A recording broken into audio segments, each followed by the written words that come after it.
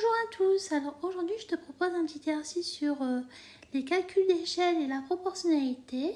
Je te propose donc de faire cet exercice, donc de mettre la vidéo en pause et lorsque tu auras terminé, de mettre la fonction play afin de pouvoir voir la correction avec les explications. Alors, je suppose que tu as eu le temps de faire cet exercice, donc nous allons pouvoir corriger cela ensemble.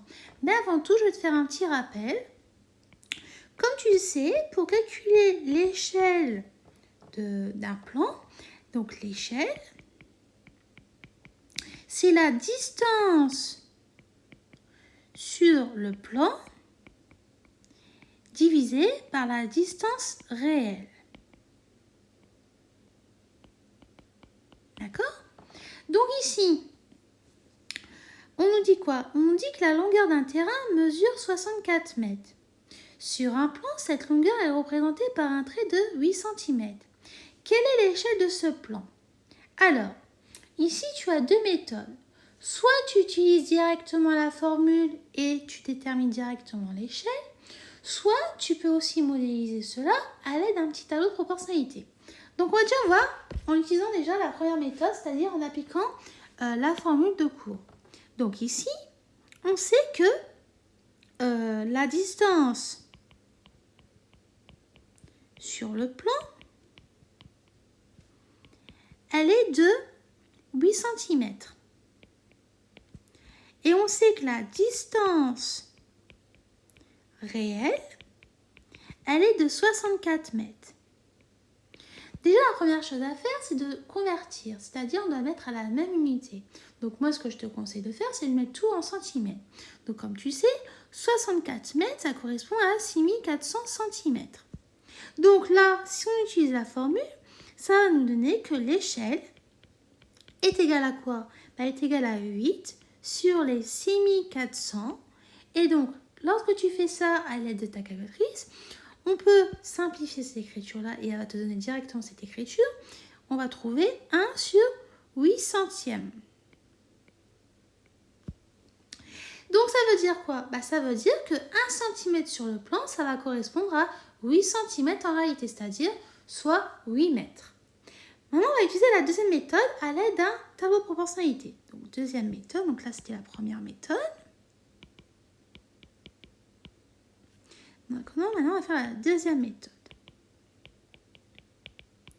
Donc, si on utilise un tableau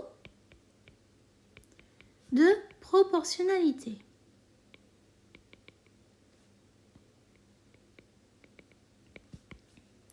alors, on fait le petit tableau.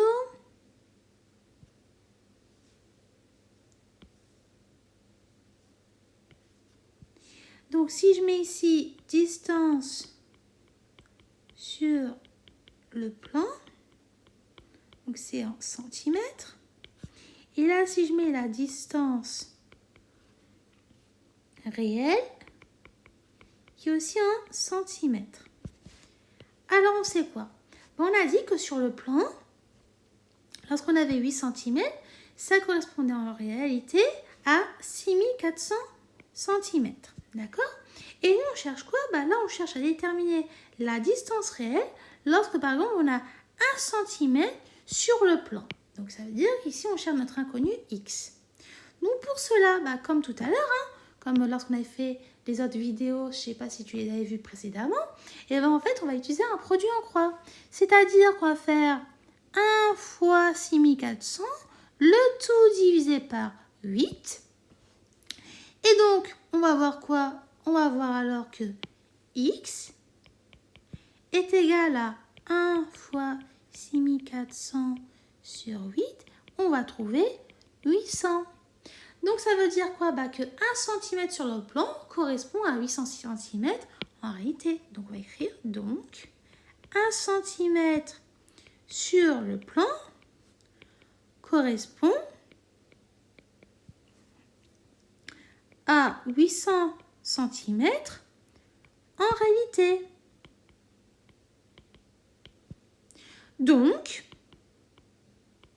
l'échelle du plan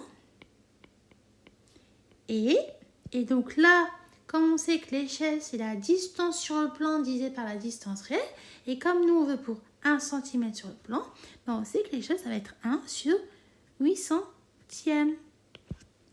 Et voilà, comme tu as pu constater, on a retrouvé le même résultat lorsqu'on avait fait pour la première méthode. Donc voilà, donc j'espère que tu as compris les deux méthodes que tu peux utiliser pour pouvoir répondre à ce type de problème. Et j'espère que toutes les explications que j'ai pu te donner ont été claires pour toi. Et je te dis donc à bientôt et au revoir.